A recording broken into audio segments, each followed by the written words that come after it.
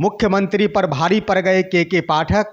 विद्यालय संचालन को लेकर मुख्यमंत्री का अलग बयान, तो उधर अपर मुख्य सचिव के पाठक का नया फरमान। नमस्कार और आदाब आप तमाम दर्शक बंधुओं को, मैं हूं एसके चौधरी। साथियों, एक बार फिर से आप सभी के बीच हाजिर हूं बिहार शिक्षा जगत की अहम खबर लेकर। साथियों, इन दिनों बिहार के मुख्यमंत्री और अपर मुख्य सचिव के पाठक की अपनी अपनी गरिमा की लड़ाई शुरू हो चली है। सभी अपने अपने पदों के महत्व को बचाने में लगे हैं और इस क्रम में माननीय मुख्यमंत्री श्री नीतीश कुमार के ऊपर अपर मुख्य सचिव के पाठक भारी पड़ते नजर आ रहे हैं। इससे पहले इन तमाम बिंदुओं को हम शुरू करें।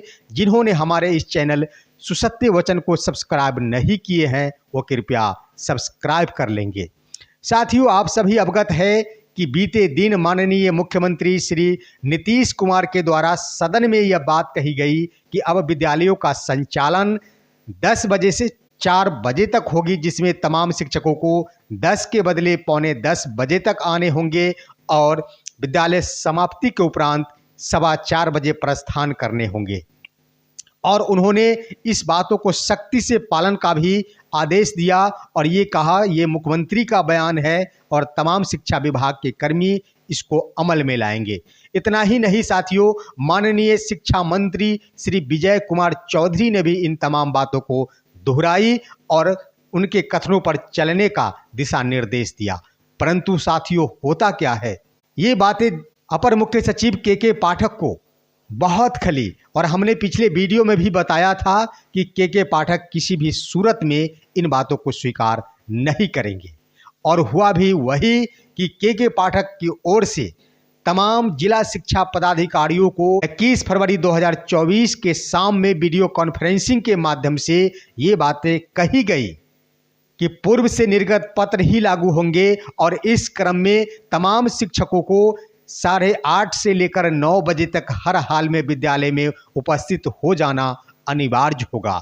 जो पत्र निर्गत हो चुके हैं उसी पर अमल करने हैं। साथियों, इतना ही नहीं, उनकी ओर से ये दिशा निर्देश दिया गया कि पूर्व के पत्र में सिर्फ एक विद्यालय का फोटो या तस्वीर पोर्टल पर भेजने को कहा गया था, परंतु अब VC के माध्यम से ये दिशा निर्देश दिया गया है कि अब 2 विद्यालयों का फोटो हर हाल में पोर्टल पर अपलोड किए जाएंगे 8:30 बजे से लेकर 9 बजे के बीच में विद्यालय खुलने के समय तक। साथियों, ये एक पत्र जारी किया गया है भोजपुर आरा जिला का, जिसमें इन बातों का उल्लेख किया गया है कि 21 फरवरी के वीडियो कॉन्फ्रेंसिंग के माध्यम से शिक्षा विभाग के आला अधिकारियों द्वारा दिए गए दिशा निर्देश के आलोक में तमाम विद्यालयों का निरीक्षण अब 1 के बदले 2 विद्यालयों का करते हुए जांचकर्ता पदाधिकारी संबंधित पोर्टल पर अपलोड करेंगे। साथियों, इतना ही नहीं, इस नियमों को सख्ती से लागू करने के लिए अब एक और नियम लागू कर दिया गया है कि जिन कर्मियों के द्वारा अगर इस नियम पर नहीं चला जाता है, जिन जांचकर्ता के द्वारा ऐसे कामों में शिथिलता बरती जाती है, तो उन पर कार्रवाई की जाएगी। उनको भी बांध दिया गया है। अब वे अपनी नौकरी और कार्रवाई के डर से हर हाल में माननीय के पाठक के पत्रों के अनुसार ही चलेंगे और जिसका नतीजा होगा कि बिहार के शिक्षा जगत में अब माननीय मुख्यमंत्री की बातें भी नहीं चल रही है, यानी पूरी तरह प्रशासनिक दबाव बनते जा रहा बिहार के शिक्षा जगत में। इसका कहां तक क्या असर होगा ये तो आगे वक्त ही बताएगा, लेकिन इतना जरूर कहा जा सकता कि कहीं से ये लोकतांत्रिक नहीं है। जितनी सुधार करने की गुंजाइश बननी चाहिए, गुणात्मक सुधार विद्यालयों और तमाम शिक्षकों में होनी चाहिए, छात्रों में होनी चाहिए, परंतु लोकतंत्र का भी ख्याल रखा जाना चाहिए। सरकार कोई चीज होती है और सरकार की बातों की अमल होनी चाहिए। भारत या बिहार के हर नागरिकों का मूल कर्तव्य होता है कि सरकार की प्रतिष्ठा को बचाए रखे और उनकी बातों पर अमल करे, परंतु आखिर माननीय के पाठक महोदय दिन प्रतिदिन एक से बढ़कर एक आदेश निकालकर खुली चुनौती अब शिक्षकों के अलावे पदाधिकारियों और पदाधिकारियों के अलावे मंत्रियों और मंत्री के अलावे माननीय मुख्यमंत्री को भी देते नजर आ रहे हैं। साथियों, इस क्रम में एक और बातें हम बता दें कि अहम बिंदु है कि अब डिग्री कॉलेजों में इंटरमीडिएट की पढ़ाई नहीं होगी। और ये प्रहार सिर्फ डिग्री कॉलेजों के नहीं है साथियों, आप सभी जान ले कि ये बहुत बड़ा प्रभाव है वित्त रहित कॉलेजों के लिए। सर्वप्रथम डिग्री कॉलेजों से इंटरमीडिएट की पढ़ाई रोक दी गई है और अब +2 बिहार के उत्क्रमित +2 विद्यालयों में ही तमाम बच्चे 11वीं और 12वीं की शिक्षा ग्रहण कर सकेंगे। इसका सबसे ज़्यादा असर होगा तो वे सभी वित्त रहित कॉलेजों जहां की इंटरमीडिएट की पढ़ाई हो रही है और वहां भी शिक्षक आज के तारीख में कार्यरत हैं, उन्हें सरकार की ओर से अनुदान दी जाती है जिससे उनका भरण पोषण होता है, उनके बाल बच्चों की रोजी रोटी चलती है। परंतु एक प्रयास जारी कर दिया गया है और इसके मद्देनज़र जब डिग्री कॉलेजों में इंटरमीडिएट की पढ़ाई समाप्त हो गई तो हर हाल में अब वित्त रहित कॉलेज जहां सिर्फ व सिर्फ इंटरमीडिएट की पढ़ाई हो रही है, सर्वप्रथम वो बंद हो जाएंगे। उसके बाद साथियों आगे का कदम हम आपको बता देते हैं कि बिहार में वित्त रहित कॉलेज अब नहीं रह जाएंगे, इससे भी इनकार नहीं किया जा सकता। वित्त रहित कॉलेजों को हर हाल में 100% बंद करने की कवायद शुरू हो गई है और तमाम वित्त रहित अध्यापकों की जिंदगी अब मुसीबतों में फंसती जा रही है। सबसे पहले बिहार के नियोजित शिक्षकों पर प्रहार किया गया माननीय के पाठक महोदय से। उसके बाद अब वित्त रहित कॉलेजों के शिक्षकों पर प्रहार करना शुरू कर दिया गया है। इसमें कहीं से कोई दो राय नहीं कि विद्यालय अध्यापक और तमाम सरकारी विद्यालयों के प्रधानाध्यापक भी के पाठक के रडार पर हैं। बहुत जल्द उन पर नकेल कसी जाएगी। देखना है साथियों आगे क्या होता है।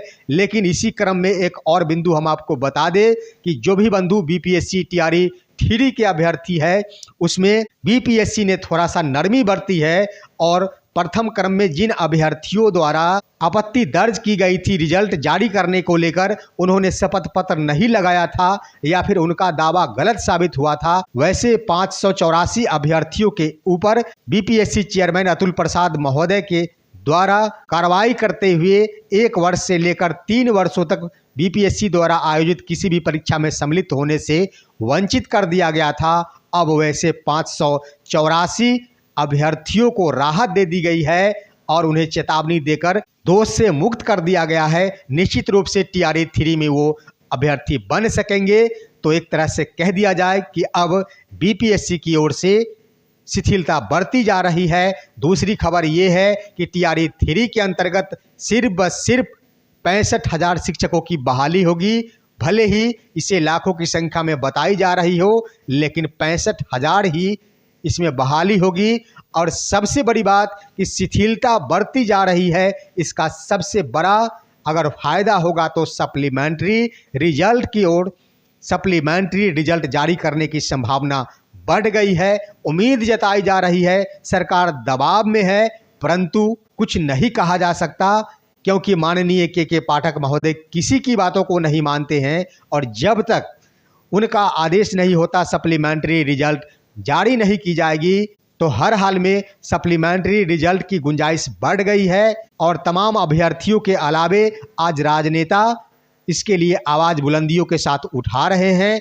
संभावना ये जताई जा रही है कि सरकार की ओर से सप्लीमेंट्री रिजल्ट जारी करने का आदेश जल्द ही मिल जाएगी, परंतु के पाठक महोदय इसे कहां तक स्वीकार करेंगे इसके लिए कुछ कहना कहीं से उचित नहीं बनता, क्योंकि के पाठक अपने दिशा निर्देश और अपने मनों के बातों पर ही चला करते हैं।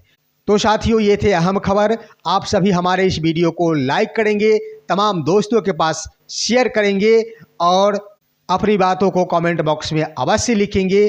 साथ ही साथ उन बंधुओं को हम अपने वीडियो के माध्यम से कहना चाहेंगे कि अगर जिन बंधुओं को कुछ कहना हो, लिखना हो, कमेंट में कह सकते हैं, परंतु द्वेष की भावना से वीडियो को डिसलाइक मत करें। साथियों हम फिर मिलेंगे आपसे अगले वीडियो में, तब तक के लिए कहते हैं जय हिंद, जय भारत।